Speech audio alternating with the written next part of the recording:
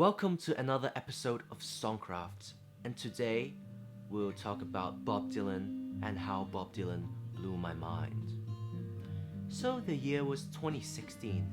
I just finished my high school journey and I went back to home in Hong Kong and I was sitting in a hotel room and I was looking for music to listen to, and at the time I only listened to classical music, Beethoven, Schubert, Mozart, all the German and Austrian, German speaking people. And the Nobel Prize announcement came. And I am like a great literature nerd. I read everything by, Shakespeare, Balzac. Is that how you say his name? The French writer.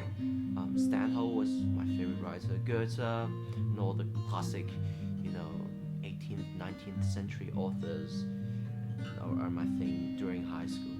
And I also read contemporary authors, but only when they're really acclaimed or won like the Nobel Prize or something. I was a little snob.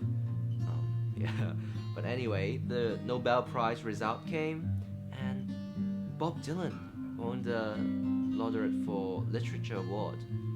And I'm like, who is Bob Dylan? And I started listening to Bob Dylan songs, and just from a Spotify playlist of his famous ones, Blowing in the Wind, Masters of War, Like a Rolling Stone, and Love Minus Zero, all great songs.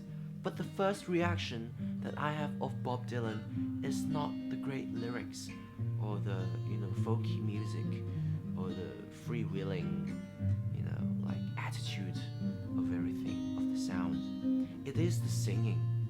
Contrary to what a lot of people believe about Dylan's voice, the first time I heard it, I think it is the most beautiful and transcendent of singing voices.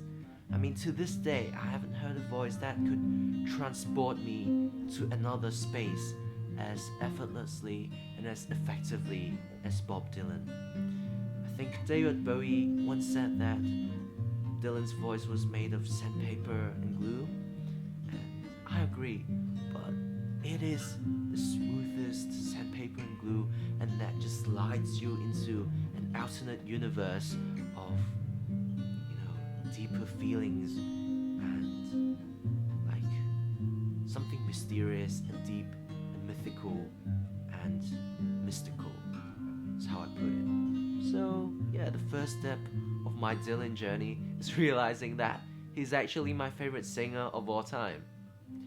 And the second step in my journey in discovering how great Bob Dylan is the album Blood on the Tracks.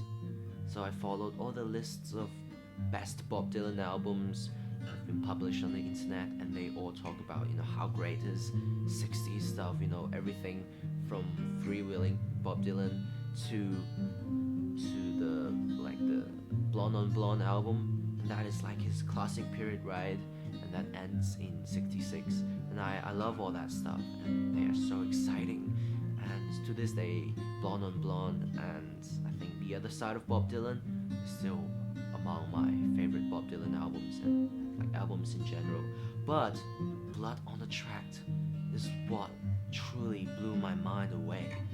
I think Bob Dylan once said that he based that album on a series of Chekhov stories, and I'm not sure how true that is, but as like a singer-songwriter album, that the songs on them are just beyond amazing. And my favorite are Idiot Winds, Tangled Up in Blue, and and like all the other ones are just great. I'm speechless just thinking of the album, and I listened to it forever. And there's a bootleg album version of that called Blood on the Tapes, which are amazing as well, which are compiled of the New York sessions. And Bob almost released the New York sessions of the album, but his brother, I think, told him that it's too sad and too depressing, so he went to Nashville or LA, I don't remember, and to re-records half of the songs in more upbeat, rock and roll, energetic setting. And the resulting album is great, but Blood on the Tapes is just sadness through and through. And it's not, depressing kind of sadness. I think it's the deep and uplifting and redemptive kind of sadness. So if you liked Blood on the Tracks, check out Blood on the Tapes, or it can be called like the New York Sessions or something. Just great. And the last, like the most recent step of how Bob Dylan changed my life is his book Chronicles Volume 1. And in the book, he talks about 3 phases of his life. The first is how he made New Morning, and the second is... Oh wait, I was wrong. The first is how he made his very first album, and the second is how he made New Morning, the 1970 album, and the third is how he made Oh Mercy, the 1989 masterpiece. So these are not among his most popular albums, but they seem to mean a lot to him, and to like get behind his creative process, and to know that even behind a voice as confident as Bob Dylan, there are such doubts and crossroads of creative processes and uncertainty and just like self-doubt in general. And that is the most inspiring thing that I've ever read. If you're a songwriter or musician or just a Bob Dylan fan in general, you must read Chronicles. And I'm so looking forward to like volume 2 and volume 3 and like all the volumes of Chronicles. And I'm just hoping every day that Bob Dylan has actually written the sequels and he would release them, while I'm alive. And yeah. Anyway, here's a rant.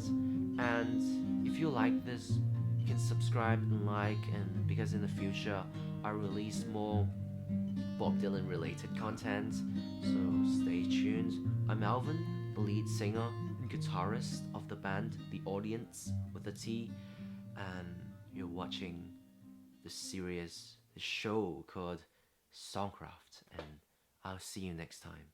Bye bye.